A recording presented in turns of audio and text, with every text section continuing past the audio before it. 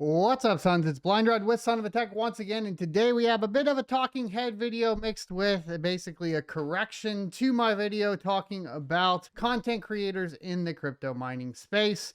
So I wanted to clarify a few things. There are two different types of channels currently out surrounding the crypto mining space. Some are the old guard or the OGs, the original gangsters like myself, like Red Panda Mining, like Voscoin, etc. And then there are the new crowd, or there is the new crowd, maybe things like the hobbyist miner, Hawk Mining Crypto, Chump Change, etc. Not saying that they haven't been around for a while. Of course, they've been around since the 2021 stage and phase, but there is a distinction that needs to be made between both of these types of content creators overall, and that is surrounding the way promotions work with companies and how each company pays each individual content creator and how their content is basically dispersed across YouTube. And this was brought to my attention, I think most recently by Red Panda Mining and Miss Vosk. So I wanted to make some corrections here real quick for you guys. So I based the previous video off of the Hobbyist Miners analytics showing that YouTube advertising was 97.6% of his views. This was confirmed, I think, in large part by Red Panda Mining's response here, highlighting the promotions tab within the YouTube content creator dashboard. And this allows you to promote your videos and basically pay to get more views. This is a point of contention for a lot of viewers because you can be under the guise that this is natural traffic sources going to a particular YouTube, and that would make you think that these YouTubers are more legitimate, when in fact, you know, maybe it might feel like to some viewers, if they're paying for these views, even though it is a legal, you know, process through YouTube and it is supported by YouTube, it still may feel a little cheap and like maybe you're getting tricked. So I understand that perspective, but that is the way the new YouTubers are growing. This wasn't an option back in 2012 when I first started my YouTube channel, or 2016 when I moved the content over to crypto mining, and really is something that's new, that's been around and is being utilized to some pretty good success by a lot of the new YouTube channels. You have to take into account too, in some cases, let's take Hawk Crypto Mining for example. He's running a business. He's not necessarily a content creator. He is utilizing content creation to promote his business, Terra Hosting, and his Asic sales portion. I actually do have an affiliate link for the Asic sales website down below if you want to check that out. He recently created one for me. But that aside, that is what his intent is with his content creation overall, is to basically have a method of dispersing, you know, promotions and so on to individuals within the crypto mining space and to make sales. This is quite common across pretty much all of YouTube in general, right? I mean, this is why you see Coastal Crypto coming out with a YouTube channel and a podcast, is to side promote, of course, their hosting company, their sales company, and all that sort of stuff. And they aren't going the route of what traditionally people would do, is go through a content creator that had already built up a trusted audience like myself or like Red Panda or Vosk and utilize those. That is still a method though. And I wanted to bring this up because I did say that there was a huge promotion going on for the Canaan Avalon Nano 3. And in fact, I do have one that we're going to be giving away in a free raffle on June 1st at the Consensus Meetup, which is also including your friend Andy. Let me close this out. Your friend Andy, as well as Scott and Digital Spaceport. So a lot of guys coming out there. This was sent by Coastal Crypto. You can pick one up. Now, my personal opinion on this particular item is that it's basically like buying a lotto ticket. I wouldn't purchase this and expect to make my ROI on it anytime soon. And I don't think in Texas it really makes sense in hot climates because it is a small heater. Maybe in cold climates it's fine to run and you're heating and playing the lotto at the same time. I think it was way over promoted. and that was, you know, backed up by the amount of views that we were seeing on Voscoin's channel, Hobbyist Miner's channel, Red Panda's channel, and so on surrounding this particular unit. It is definitely something that's getting pushed a lot. These types of small miners, you know, the mini miners, have been pushed by cryptocurrency YouTube channels for quite some time, starting all the way back with the Doge mini miner from Goldshell and Voscoin. So this is a way to essentially target the home mining crowd with the Asic market. And I don't necessarily think this is a great idea. I think that from the home mining perspective, you should stick with traditional PC builds. That way you can use it for multi-purpose along with content creation, video gaming, all that sort of stuff. I still would go that route, even though, you know, this is kind of the route that I think the mining industry is trying to push the home miner into. I'm not necessarily sold on this sort of platform, but with this one in particular, and what I want to address here was the traffic sources for specifically Voscoin and Red Panda. I told him I would make this correction because I feel like it's only fair. Miss Voss said the assertion that the Canaan purchase running our 99 Bitcoin miner as an ad is incorrect. In fact, when they work with companies, they state all traffic and engagement must be organic and not paid. And so they show here, obviously from that video, the browse features. Now, I don't know if this is specifically just the 10-minute video and what the short showed, or, you know, if there are other video or clips that are then, you know, pushing to this video. That's hard to see here. At least this particular video, whatever it is showing browse views specifically, unlike, of course, the new crowd, like the hobbyist miners and so on, that are showing the YouTube advertising as being the main push. This is good information though. So I think regardless of what is happening across the board, and if you agree with it, if you're okay with it, if you're not okay with it, I think the important part here is that there's transparency now coming out surrounding this, so you're aware of what's going on. So what's the point here? And this is actually true for Red Panda Mining as well with this particular product, which I never looked up his channel specifically for the Nano. The older YouTube channels that have built organic growth and built earlier on are usually paid for their audience, right? So that's the old way of doing it. And then there's the new way, which is combining the business along with the content creation, right? So these are two completely separate strategies being utilized. So I want to make sure that you guys are aware that I did say that it looked like Canaan was pushing that particular miner, and from the perspective of their analytics with Voscoin and so on, it isn't, you know, this is organic views, supposedly. You know, like I said, I don't know if there's anything outside pushing it, but this is what it looks like, and we have those analytics here to show you guys. So I want to make that distinction. Now, that does still mean, of course, I suppose the conclusion from that video though is still valid, which is basically these content creators are and trying to make money, and the way they make money is by working with other companies to promote products. Regardless of if the product is a good buy or a bad buy, those products are pushed so that people will buy them. Their primary strategy is to not make you profitable, but to sell you things to make themselves profitable.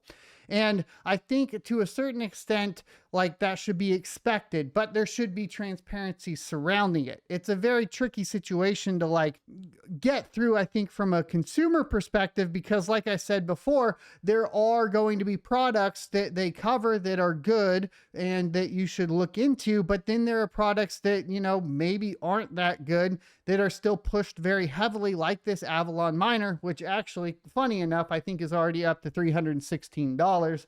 So it would have been, I think, buying these in particular, it would have been better to buy them while they're $99 and then sell them for $300, that sort of thing.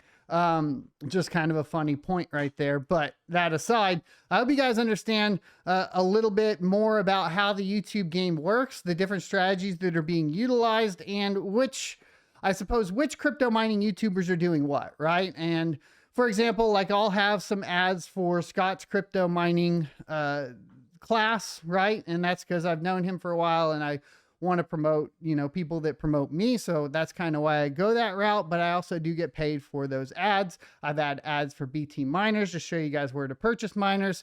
I'm a little bit more strict now than I used to be, right? So I don't do it as much, and that is primarily because we have locals, which supports that, and that's more up along the lines of what I like to do anyways, which is the speculative mining stuff, building nodes, that sort of thing. The more technical side of things, instead of, hey, just plug in this miner and it has an ROI of 4 months. The fuck it does. Nobody knows if it's going to ROI in 4 months by the time you get it. That's bullshit. So it just is what it is. Like, I kind of am trying to go a different route. I've gotten disenfranchised, and I think a lot of people have. I think I'm feeling what the viewer is feeling surrounding this industry right now. And it's not just across crypto mining YouTube. It's across crypto YouTube as a whole. I think like sponsored coin videos, you know, that we saw from BitBoy, that we've seen from Vosk, etc. It's scummy. It is pump and dump schemes a lot of times, and it puts you, I think, in a very compromised position ethically as it pertains to basically selling what is the equivalent of securities. I think that's not a wise position to be in, but to each their own. They'll do it however they wish to do it, and it is what it is, and we'll see how that plays out. My goal is to just not be the next Trayvon Martin, you know, BitConnect guy, or the next, you know, whatever, BitBoy Crypto or whatever, where you just completely have a mental breakdown over this whole thing. Trying to avoid all of that, right? There's a lot to go with, and you can see it wear on people too, like Voscoin's latest video talking about like basically getting burnt out from the content creation, etc. I completely understand that. Like, that's why I've gone a completely different route. I'm not making as much content. I don't need to either. I mean, that's the whole other thing here too, is like, you need to determine like if you are like, so your primary goal, at least as a miner, should be being profitable on crypto mining, not on selling crypto mining hardware to other individuals. That would be my thoughts in general. So that comes first. The crypto mining content creation comes second as a service to the individuals that watch and support your channel. I think that's the path I want to go. And it's something I want to talk about more, because I want to push other content creators in the space more towards the middle of that road, right? What I want to see is, you know, an appreciation for the viewers, an appreciation for the mining community, more than just trying to sell the next product. And I realize, like, you got to step back and realize, I think overall, that like, obviously people need to pay their bills. Obviously people need to make money off these types of things. And there are mutually beneficial ways to do this, right? Where essentially you're benefiting the YouTuber because he's getting a cut of the affiliate marketing or paid for YouTube ads, who is then providing the information, hopefully in an honest and truthful manner, to the consumer, who then can make a wise purchasing decision. And then the consumer is able to purchase that product, which then gives the company that sponsored that content some money. And then the consumer can hopefully be profitable with that product. It's just a very difficult thing when we start getting into, you know, Bitmain and like Asic mining on small cap coins, and hobbyist mining or at home mining versus industrial mining, and where all that money's flowing through. And money corrupts at the end of the day, I think, in general. So it can be a very tricky position to be in, because like, obviously money is good. You need money, and everybody needs money to live. And hopefully you have enough to get all of your expenses paid and take care of your family and do whatever you can from that perspective. But at the same time, also not screwing over somebody else for your particular benefit. And I think this is just me rambling on, but these are the frustrations that I see in the viewers that I'm echoing, so that more, I think at this point, other people that are making content are aware of this and start to push, like I said, more towards the middle of the road. Your job as a content creator, I think, at least how I see it, should be on the side of the consumer, not on the side of the manufacturer Okay. And I think that that gets lost sight of. We've seen with Linus Tech Tips, you know, here recently, even on the tech side of things. I think we see that within the cryptocurrency space as well, especially some of the talks surrounding, you know, oh, they're just jealous and they don't work hard and I've worked so hard for this and I deserve it. That kind of talk from content creators, like, stop it. You're being a piece of shit. Like, that's just, and that's what people see too. So you think you're going to keep an audience by talking down to them like that? No, bro, that's stupid. Like, let's get over the ego there and realize that you have a job to protect the consumer and your viewers from bad products. And that's really, at the end of the day, your job. And that does mean that you're going to have bumpy conversations with sponsors. I have it all the time. It's why I don't have many sponsors, right? It's because I have those bumpy conversations. I disagree on contracts all the time. I disagree on what I'm allowed to say and not allowed to say all the time. And that's because my job isn't to sell their product as much as it is to protect the fucking consumer. And if you think differently, then you should get out of the content creation game in the first place, in my humble opinion. And I'll point it out when you are doing that type of stuff, because I don't think that it's healthy for the industry, and I get frustrated with it. Now, do I think that's an intentional thing that's happening all the time? No, I think it's a lot like, hey, bear market hits, this coin's offering me $10,000 to do a video on it, which has happened in my inbox, right? Multiple times. And I'm struggling right now. I'll just make this quick video. And because I want to keep that sponsor around for another video, I'm going to be nice about it so I can potentially make another 10K on another video for them further on. And you're influenced by that money and by trying to take care of yourself over paying attention to taking care of your audience. I'm a big believer in the fact that if you take care of your audience, they will take care of you. Sure, you might not become a millionaire over it or get big paychecks like 10 grand for a single video.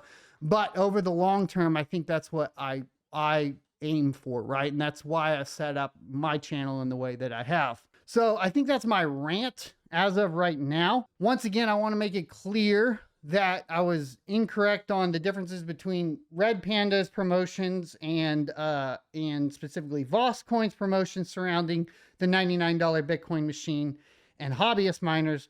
Two clearly different things happen there between both of the channels, the new guard and the old guard. I think it's important to make that distinction for sure. I also want to make it clear that, like, I think that most everybody has good intentions. They just kind of get misguided sometimes, and stress can do that to a person. Obviously, I've made a ton of mistakes, so I'm not here to say that I'm the best or that I do the best job. These are things that I learned over time, right? Like, I've taken on sponsorships where I'm like, I really shouldn't have done that. And that's why I'm so gun shy surrounding it, because I'm like, that wasn't a good idea, right? And these are the lessons I've learned, right? And then I have basically I put up a list of principles on my desktop and I look at those. If I'm deciding to do something, if I don't violate any of those principles, then I'll continue with it. If I do violate them, then I won't continue with it. And sometimes still I'll make mistakes and say something rude on Twitter, but it is what it is. I'm a human being,